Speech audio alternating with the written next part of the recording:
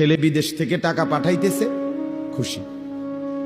ছেলে বিদেশ থেকে টাকা টুকা ঠিক মতো দেয় না বা কামাই রোজগারি কম, জিজ্ঞাসা করবেন কেমন আছেন, কি এর বালা, আমরা আর বালা কি,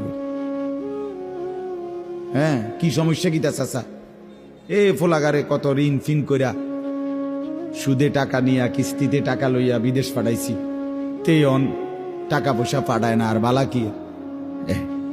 তাহলে উনি দুঃখী কেন, টাকা নাই, আবার টাকা পাঠাইতেছে, মাশাআল্লাহ পান খাওয়ার স্টাইলই আলাদা, চা খানার ঢঙই আলাদা, কথাবার্তার স্টাইলই ভিন্ন। কেমন আছেন, আসি আল্লাহর রহমতে, আপনাকে দোয়ায়, 10 জনের দোয়ায় আল্লাহ ভালোই রাখছে।